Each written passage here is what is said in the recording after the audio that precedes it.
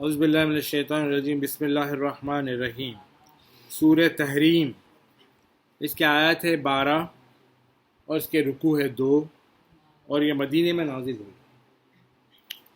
بسم اللہ الرحمن الرحیم۔ آیت نمبر 1 میں اللہ پاک فرماتے ہیں، اے نبی مکرم صلی اللہ علیہ وآلہ وسلم، آپ خود کو اس چیز یعنی شہد نوش کرنے سے کیوں منع فرماتے ہیں؟ اللہ تعالیٰ پوچھ رہے ہیں رسول اللہ سے، آپ شہد کھانے سے اپنے آپ کو کیوں منع کرتے ہیں؟ جس سے اللہ نے آپ کے لیے حلال فرما رکھا ہے۔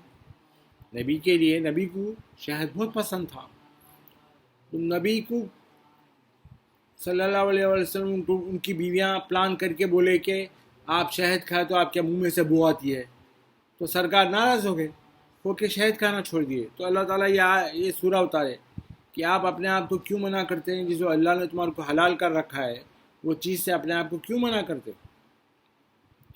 آپ اپنی بیویوں کی اس قدر دلجوئی فرماتے ہو، اور اللہ بڑا بخشنے والا نہایت مہربان ہے، یعنی اپنی بیویوں کو سیٹسفائی، ان لوگوں کے دلوں کو جو ہے نا سکون دینے کی خاطر اپنے آپ پہ اتنا ظلم کر لیں۔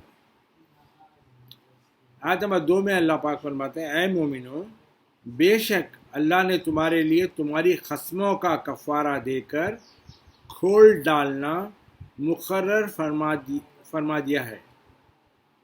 یعنی مومنہ جو ہے ان لوگوں کے لیے ان لوگوں کی قسموں کا کفارہ اللہ تعالیٰ کی طرف سے کفارہ دے کر، یعنی اگر تم قسم کھا لیے تو اللہ تعالیٰ بولے کہ اس کا کفارہ دے دو، یعنی انسٹرکشنس آ گئے اللہ کے پاس سے کہ یہ کھول دیا ہے کہ تم اپنی قسموں کا کفارہ دے ڈالو، دے کے معافی مانگو، اور اللہ تمہارا مددگار وہ کارساز ہے اور وہ خوب جاننے والا ہے، بڑی حکمت والا ہے۔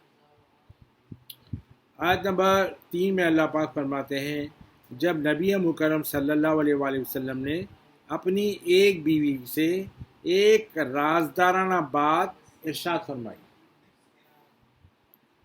پھر جب وہ اس بات کا ذکر کر بیٹھیں اور اللہ نے نبی کرم صلی اللہ علیہ وآلہ وسلم پر اس سے ظاہر فرما دیا کہ جو بات راز کی بات بولے تھے آپ ان کو، کسی کو نہیں بولنا بول کے، انہیں وہ کیا کرے، وہ بات بول دیے کسی اور کو، تو اللہ تعالیٰ کیا کرے، رسول اللہ کو انفارم کر دیا وہ بات۔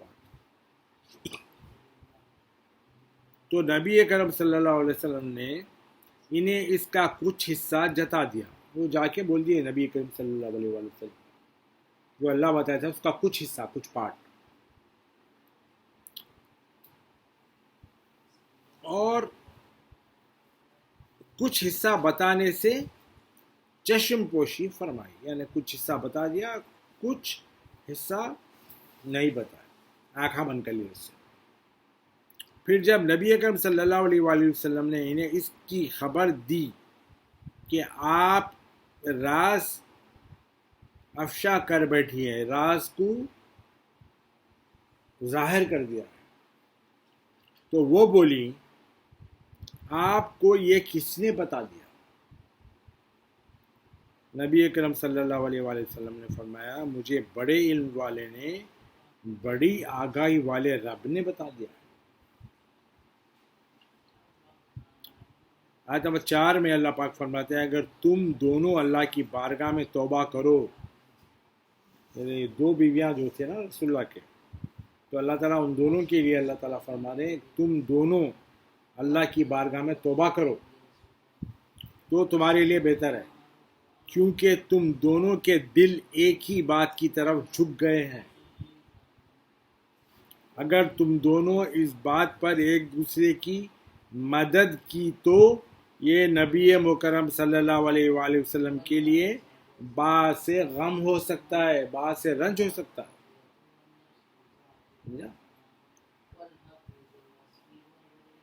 سو بے شک اللہ ہی ان کا دوست و مددگار ہے، اور جبرائیل اور صالح مومنین بھی، اور اس کے بعد سارے فرشتے بھی ان کے مددگار ہیں، رسول اللہ کے،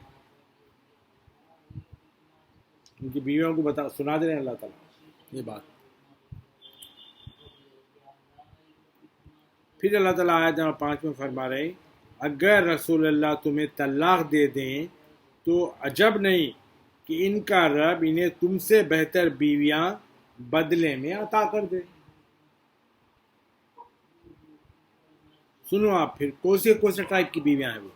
فرما بردار، ایماندار، اطاعت گزار، توبہ کرنے والیاں، عبادت کرنے والیاں، روزہ رکھنے والیاں، اور بعض شوہر دیدہ اور بعض کنواریاں ہوں گی۔ بعض طلاق شدہ بھی ہوں گی اس میں، اور بعض کنواریاں بھی ہوں گی جو کبھی شادی نہیں کریں۔ آیت نمبر 6 میں اللہ پاک فرماتے ہیں اے ایمان والو اپنے آپ کو اور اپنے اہل و عیال بھی بچوں کو اس آگ سے بچاؤ جس کا ایندھن انسان اور پتھر ہے، یعنی جہنم کی آگ سے بچاؤ، جس پر سخت مزاج طاقتور فرشتے مقرر ہیں۔ اس پہ بہت سخت نیچر کے، یعنی بہت سختی کرنے والے ڈینجرس فرشتے اس کے اوپر اللہ تعالیٰ اپوائنٹ کر کے رکھے، جو کسی بھی امر میں جس کا وہ انہیں حکم دیتا ہے اللہ کی نافرمانی نہیں کرتا۔ اللہ تعالیٰ جو فیصلہ ان کو سنا دیتا ہے تو اللہ کی نافرمانی وہ کبھی نہیں کرتے، اور وہی کام انجام دیتے ہیں جس کا انہیں حکم دیا جاتا ہے۔ آیت نمبر 7 میں اللہ پاک فرماتے ہیں اے کافرو آج کے دن کوئی عذر پیش نہ کرو، کوئی بہانہ نہ بناؤ۔ اللہ تعالیٰ بول رہے ہیں یوم قیامت آج کے دن کوئی بہانہ مت بنو، بس تمہیں اسی کا بدلہ دیا جائے گا جو تم کرتے رہے۔ آیت نمبر 8 میں اللہ پاک فرماتے ہیں اے ایمان والو تم اللہ کے سامنے رجوع کامل سے خالص توبہ کر لو۔ اللہ کے سامنے اپنے آپ کو پورا ڈیڈیکیٹ کرتے ہوئے اللہ سے دل میں اپنے گناہوں کی تکلیف محسوس کرتے ہوئے اللہ کے سامنے رجوع ہو جاؤ اور توبہ کر لو اپنے گناہوں کی سچے دل سے۔ یقین ہے کہ تمہارا رب تم سے تمہاری خطائیں دفع فرما دے گا اور تمہیں بہشتوں میں داخل فرمائے گا جن کے نیچے نہریں بہہ رہی ہیں، جس دن اللہ اپنے نبی کریم صلی اللہ علیہ وآلہ وسلم کو اور ان کے اہل ایمان کو جو ان کی ظاہری اور باطنی مائیت میں ہیں رسوا نہیں کرے گا۔ یعنی اللہ تعالیٰ بول رہے ہیں جس دن اللہ اپنے نبی کو اور نبی کے ساتھ جو اہل ایمان ہے اور ہمیشہ جو نبی کے ساتھ ظاہر میں بھی رہتے ہیں اور باطن میں بھی رہتے ہیں، ہمیشہ ساتھ رہتے ہیں، وہ اللہ تعالیٰ ان کو رسوا نہیں کریں گے، اور ان کا نور ان کے آگے اور ان کی دائیں طرف روشنی دیتا ہوا تیزی سے چل رہا ہوگا۔ وہ عرض کرتے ہوں گے اے ہمارے رب ہمارا نور ہمارے لیے مکمل فرما دے۔ اب ان کا نور تھوڑا آگے اور رائٹ سائڈ پہ چل رہا ہوگا تو یہ لوگ بولیں گے ہمارا نور کمپلیٹ کر دے پورا راؤنڈ، اور ہماری مغفرت فرما دے، بے شک تو ہر چیز پر قادر ہے۔ آیت نمبر 9 میں اللہ پاک فرماتے ہیں اے نبی مکرم صلی اللہ علیہ وآلہ وسلم آپ کافروں اور منافقوں سے جہاد کیجیے اور ان پر سختی کریے، اور ان کا ٹھکانہ جہنم ہے۔